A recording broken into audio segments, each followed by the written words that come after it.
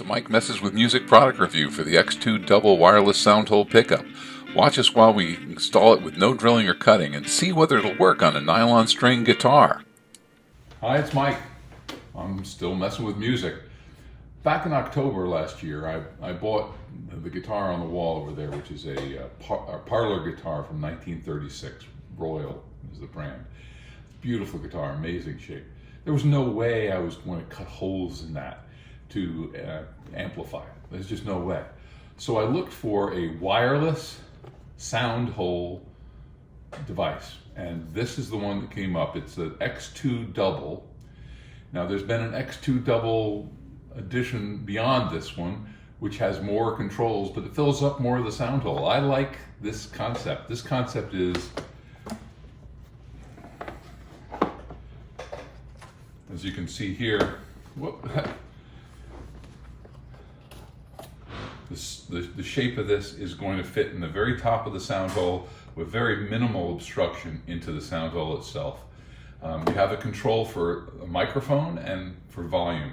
Microphone is on the bottom, pointing into the sound, below the sound hole.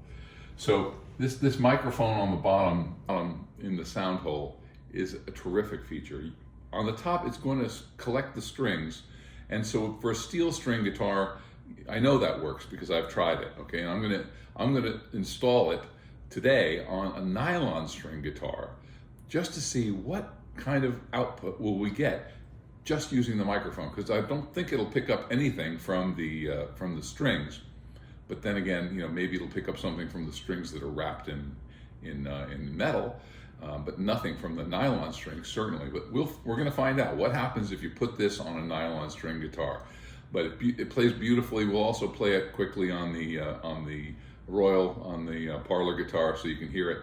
It's an amazing pickup, and hey, we're going to mess with some music, so stick with me. So here's all the parts that came with this device. We've got the wireless receiver, which plugs into the amp. Everything is rechargeable by a USB-C fitting. They charge pretty quickly, in fact. You've got the transmitter, which goes into the sound hole with the microphone on the bottom as well. We've got the this piece here. I loosen this up as much as possible. I stick it in the sound hole and position it. It has cushioning inside there. There's some cork. And the cork is going to protect the finish, so you're no drilling, no cutting, no marring of the guitar. It's an ideal solution for a guitar such as my 1936 Parlor Guitar.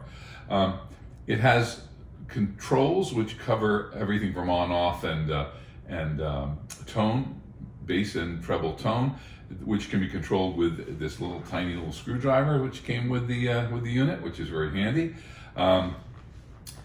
These parts here are all in order to use. I'm going to show you here.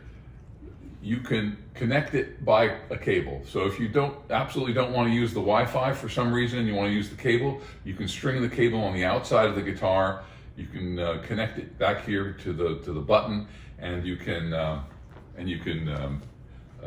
avoid having any holes in the guitar as well. So if you just don't want to go Wi-Fi for some reason, they also sell a version which is a little bit cheaper, which doesn't have the Wi-Fi at all. So you do have that choice.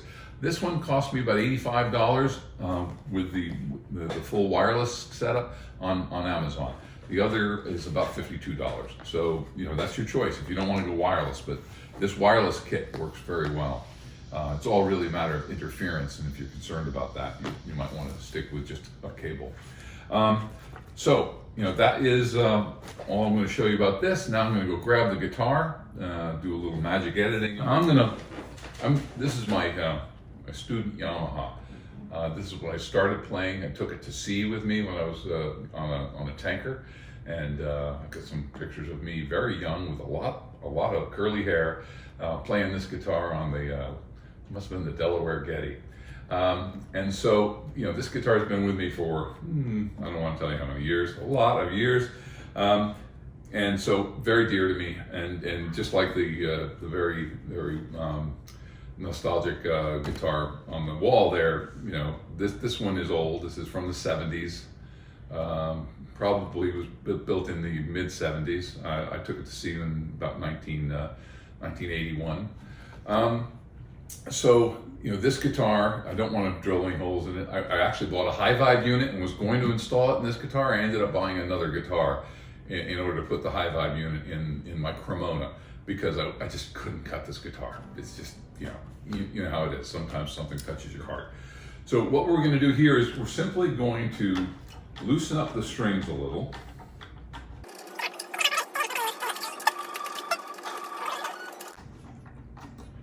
I'll sum up by saying it's most important to loosen up the two E strings, because you're going to be slipping it underneath on the edge, and you want to make sure that those are as loose as possible. But you don't need to take the strings off and restring the guitar and do all that stuff. So we're going to take this piece now, and we're going to put it under,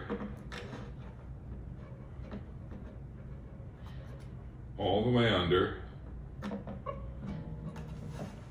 and then we're going to catch that top piece. Now, the cork pieces that are on there, we want to make sure that those stay on the top and the bottom. They have to stay there. We're going to go all the way down here. Okay, so what I found out on this first pass is that this sound hole is just small enough that I cannot do this without taking off the top piece. Just remove one of the screws. The top piece altogether in order to sandwich it on top at the end. So here we go, taking off the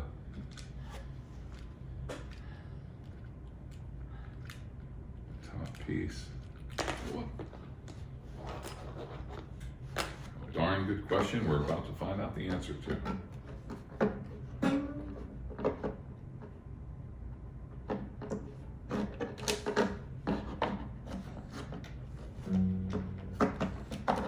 No, we got it.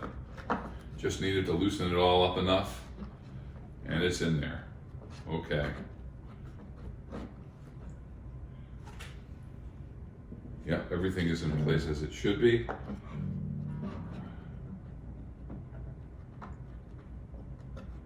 It's time to put the screws back in and start bringing this thing home.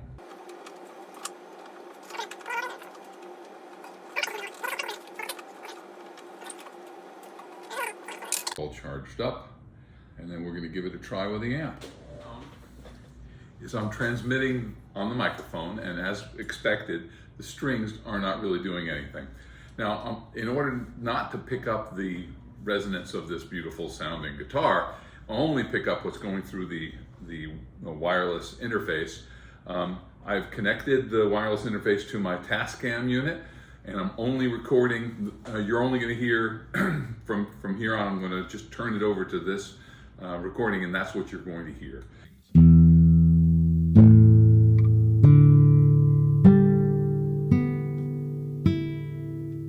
And then if I'm playing.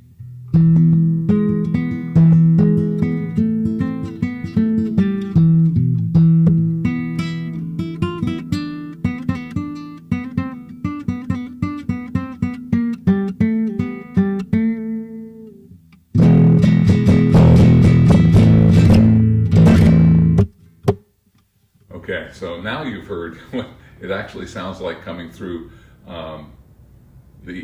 just the wireless transmitter itself. So now you're getting all of the sound of the guitar.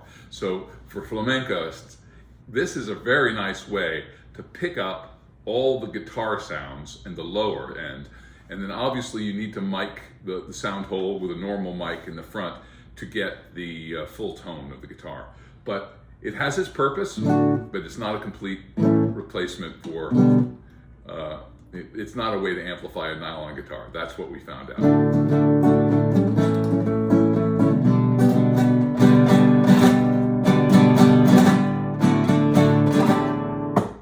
Okay, so hola. now I'm going to go put it on the guitar it belongs on and give you a quick listen to what that sounds like. My Royal Parlor Guitar.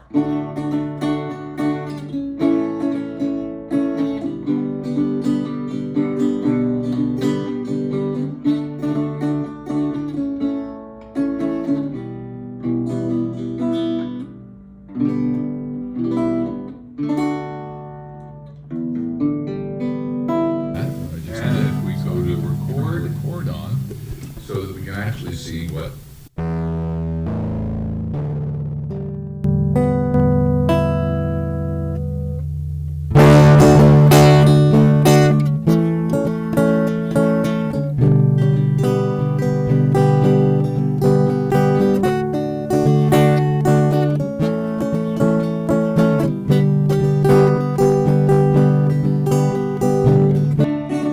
you can hear the ambient sound of the guitar now. Now we're going to switch to the amplified version.